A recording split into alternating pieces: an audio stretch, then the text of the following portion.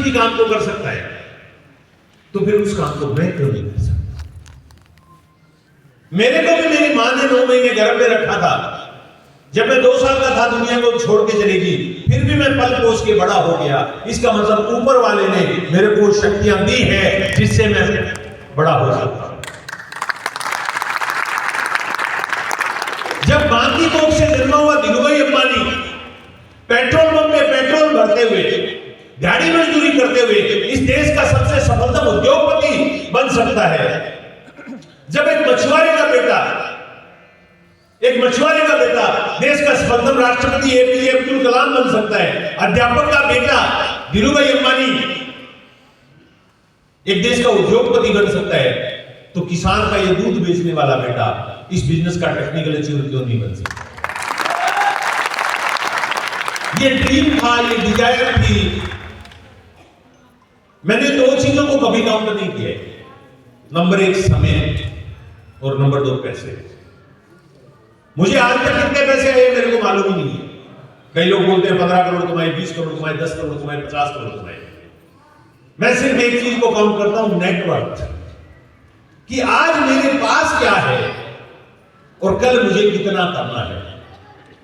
तो अभी वो करोड़ वाली, 1.5 करोड़ वाली, 2 करोड़ वाली जो नेटवर्थ है उसके टारगेट खत्म है। अभी एक ही टारगेट है, 100 करोड़ नेटवर्थ, 100 करोड़ की नेटवर्थ बनानी है। दूसरा, मैं समय का पाबंद मतलब बंधक में नहीं बनता हूं। जब आपको बड़ा काम करना होगा ना, तो आपको समय सीमाओं को बाहर करना होगा। आपको एक टारगेट लेना होगा कि मुझे एज अर्ली एज पॉसिबल ये करना है। उसके लिए कितना समय लगा सकता हूं वो इंपॉर्टेंट है, कितने समय में कर सकता हूं वो इंपॉर्टेंट नहीं है। आप 1 साल में भी एवरेज ला सकते हो, आप 3 महीने में भी एवरेज ला सकते हो, आप 1 साल में भी रॉयल्टी आ सकते हो, आप 3 साल में भी रॉयल्टी आ सकते हो, और आप 30 साल तक भी रॉयल्टी नहीं आ सकते हो। आपकी डिजायर कितनी बड़ी है, आपकी चाहत कितनी बड़ी है, आप में आग कितनी बड़ी है। मैं हर दिन सुबह उठता हूं ना, तो मैं भगवान का शुक्रिया अदा करता हूं, थैंक यू गॉड मुझे आज का दिन देने के लिए। लेकिन मैं सोचता हूं कि आज का दिन मुझे मिला है, अगर कल का नहीं मिला तो क्या आज मैंने कुछ ऐसा करना है जिससे कल मैं नहीं रहूंगा, तब भी ये परिवार हंसता और मुस्कुराता रहेगा। अगर जवाब हाँ में आता है तो मैं काम करता हूं, शुरू करता हूं, और अगर जवाब ना में आता है तो फिर मैं उस दिन के लिए कोई काम की बात नहीं करता। मेरी जिंदगी में सबसे इंपॉर्टेंट काम अगर कोई है ना, सबसे इंपॉर्टेंट काम, तो वो एक ही काम है, आरसी। मेरी फैमिली, मेरी बेटी, मेरा बेटा, मेरी वाइफ यहां बैठे हैं। घर से हमेशा मेरे को इनसे डांट ही पड़ती है, क्योंकि मैं कोई भी काम नहीं करता। सच बता रहा हूं, मैं कोई भी काम नहीं करता हूं। फ्रूट मेरे को खाने के लाके ये देंगे तो खा लूंगा, नहीं तो नहीं खाऊंगा। चाय मेरे को पीनी है, बना देंगे तो पी लूंगा, नहीं तो नहीं पीऊंगा। क्योंकि मैं ऐसा मानता हूं, जो काम आपके बिना हो सकते हैं उनको करने की आपको जरूरत नहीं है। आप वो काम करने के लिए आए हैं जो आपके बिना नहीं हो सकते। आपका घर में आपके बच्चे हैं छोटे छोटे, आप मर जाओ तो उनकी पढ़ाई बंद हो जाएगी क्या? सॉरी टू से, मुझे माफ करिएगा, मैं कड़वे से पूछने वाला हूं आपसे। अगर आप मर जाओ तो कल आपका बच्चा स्कूल नहीं जाएगा क्या? तो फिर आज ये मान लो कि आपका बच्चा आपके बगैर स्कूल जाना चाहिए, आपको स्कूल नहीं छोड़ना चाहिए। बहुत सारे लोग यहां बैठे, पेरेंट्स बैठे, सिर्फ इसलिए अपने आप की कामयाबी को रोके बैठे क्योंकि उनको बच्चे को सही टाइम पे स्कूल भिजवाना है। मैं सवाल ये पूछता हूं, आप नहीं रहोगे तो क्या आपका बच्चा स्कूल नहीं जाएगा? तो फिर आज से बच्चे को स्कूल छोड़ने का काम छोड़ दीजिए, किसी और से करवाइए, जो आपके बाद करेगा उससे करवाइए। आप सब्जी नहीं लाओगे तो आपके घर में सब्जी नहीं पकेगी क्या? तो आज से सब्जी लाना बंद कर दीजिए, वो काम किसी और को दीजिए जो कर सकता है। आप वो कीजिए जो कोई आपकी जगह दूसरा नहीं कर सकता है। आप अगर आज दुनिया में नहीं रहे तो आपके परिवार को रॉयल्टी इनकम कोई दूसरा दिलवा सकता है क्या? अगर हाँ तो आपको एक्शन करने की जरूरत नहीं है। लेकिन अगर ना में जवाब है तो 24/7 आपको सिर्फ रॉयल्टी के लिए काम करना चाहिए, आपको सिर्फ एक्शन के लिए काम करना चाहिए। जिन कामों को डेलीगेट किया जा सकता है उनको डेलीगेट करना सीखिए।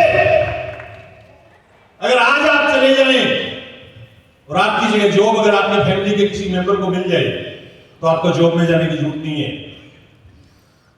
उसको भी डेलीगेट कीजिए कि जितना पॉसिबल हो सके कीजिए, जितना पॉसिबल हो सके ड्यूटी में भले ही रहिए। जैसे सर्वेश जी एक बात बोलते हैं, मैं जब ड्यूटी पे होता हूं ना तो भी आरसीएम करता हूं। मैं बोला कैसे? बोला मेरे मन में यही प्लानिंग चल रही होती है कि 5 मिनट का टाइम मिले तो फोन किसको करना है और ऑफिस से छूटते ही होम मीटिंग किधर करना है।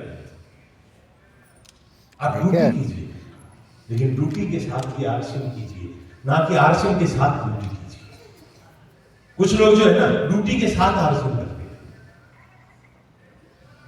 ड्यूटी के साथ आरसीएम नहीं करना, आरसीएम के साथ ड्यूटी को करना।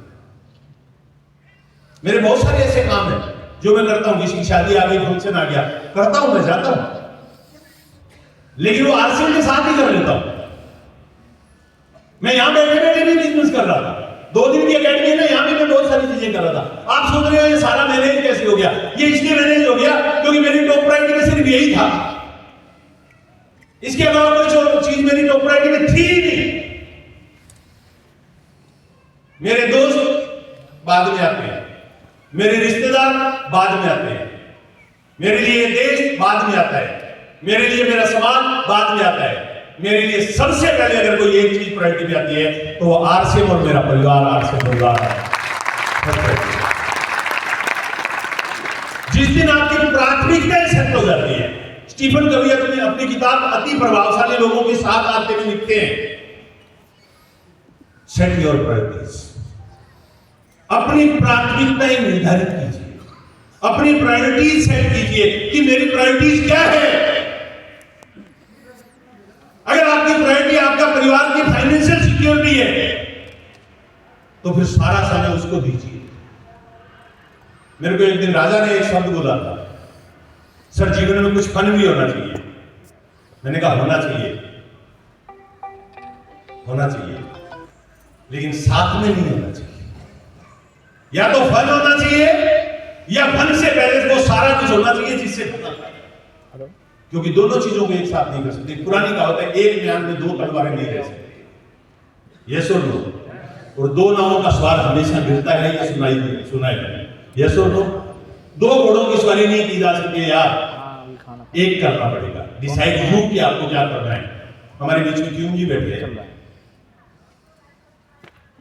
क्यूम जी का बेटा है रेहान, उसकी तबीयत ठीक नहीं है, उसको खड़े होते ही चक्कर आ जाता है, वो गिर जाता है, 11वीं क्लास में पढ़ता है। क्यों जी उसको यहां लाने वाले थे और यहां लाने की बजाय बेटे को डॉक्टर ने एमआरआई की और बोला ब्रेन में कुछ हमें लोचा लग रहा है, उसकी सिर में कहीं ना कहीं पानी आ गया है, मे भी हो सकता है सर्जरी करनी पड़े, मे भी हो सकता है कुछ और करना पड़े, बाईपास करना पड़े। पिछले 15 दिन से जम्मू में क्यों जी सारे एमआरआई टेस्ट करवा रहे हैं, सारी जांचें करवा रहे हैं, और 15 दिन बाद जम्मू के सारे डॉक्टर्स की टीम ने बैठ के रिपोर्टें दिल्ली एम्स में भेजी, मेदांता में भेजी, अमेरिका से एक डॉक्टर आए हुए हैं उनको रिपोर्ट भेजी, उनका तुरंत बच्चे को दिल्ली लेके आए। क्यों जी के सामने ऑप्शन था, बेटे को दिल्ली लेके जाना मजबूरी थी या नहीं? मजबूरी है या नहीं है? बेटा है, जान से प्यारा अगर होता है तो कोई होता है वो बेटा होता है। यस और नो? एक बाप के लिए बेटे से बढ़ के इस दुनिया में कुछ नहीं होता है। उसका बेटा, उसकी बेटी उसका अभिमान होता है, उसकी शान होता है, उसकी जान होता है। यस और नो? मैंने क्यों जी को बोला कोई बात नहीं क्यों जी, हम लोग हैं भिलवाड़ा में, एकेडमी संभाल लेंगे, टीम को संभाल लेंगे, आप रेहान को लेकर दिल्ली चले जाइए। इनका नहीं सर, रेहान का इलाज डॉक्टर करेगा। इनके फैमिली में कुछ रिलेटिव डॉक्टर्स है, जब उनको ये बात पता चली कि ये बंदा भिलवाड़ा जा रहा है, रेहान को लेकर दिल्ली नहीं जा रहा है, तो उन्होंने घर में पंचायत बैठा दी कि तू पागल है, तेरा दिमाग खराब है, जो तू आरसीएम करने जा रहा है, तेरे बेटे का ब्रेन का सर्जरी हो सकता है, ब्रेन का पता नहीं क्या हो सकता है, समझ में नहीं आ रहा है कि ब्रेन में हुआ क्या है, तो उसके साथ दिल्ली नहीं जा रहे, डॉक्टर को दिखाने नहीं जा रहे। कि मुझे ने अपनी मैडम को और अपनी फैमिली के लोगों को बैठाया, रेहान को बैठाया, बोला आप मेरा इलाज डॉक्टर करेगा, मैं नहीं करूंगा। 3 डॉक्टर्स की टीम मैंने तुम्हारे साथ लगा दी है, फ्लाइट में तुम्हारे टिकट बुक करवा दिए हैं, हॉस्पिटल में तुम्हारे लिए पैसे जमा करवा दिए हैं, जो भी करेगा डॉक्टर करेगा। तुम दिल्ली जाओ, मैं भिलवाड़ा टीम को लेके जाऊंगा। That is called personality, my dear friend. That is called personality. और मजे की बात बताऊं, ये चुनौतियां हमेशा आपके जीवन में आएगी। ये मेरी बीवी बेटी है, 2005 में ये बीमार हुई थी। जब मैं बिलासपुर जा रहा था, मेरा कोई लेवल नहीं था बिजनेस का। मेरे को पता चला, मैंने दिल्ली पहुंच के घर में फोन किया, लैंडलाइन फोन होते थे, मैंने एसटीडी से फोन किया, पता चला ये बीमार है, इसको सिटी ले गए। बड़ी मुश्किल से इससे संपर्क हुआ, हॉस्पिटल में किसी डॉक्टर ने जाके नंबर देके वो बात करवाई। ये रोई जा रही थी। मेरा पड़ोसी मुझे बोलता है घर आ जा। मैंने मेरी बीवी को पूछा क्या करूं, ये बोलती है मेरे को नहीं पता। मैंने कहा मुझे पता है।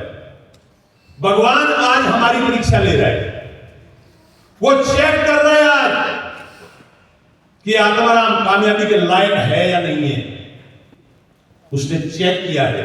अगर आज मैं घर आ गया तो आरसीएम खत्म हो जाएगा, क्योंकि बिलासपुर में 5 लोगों की एक छोटी सी टीम बनी है।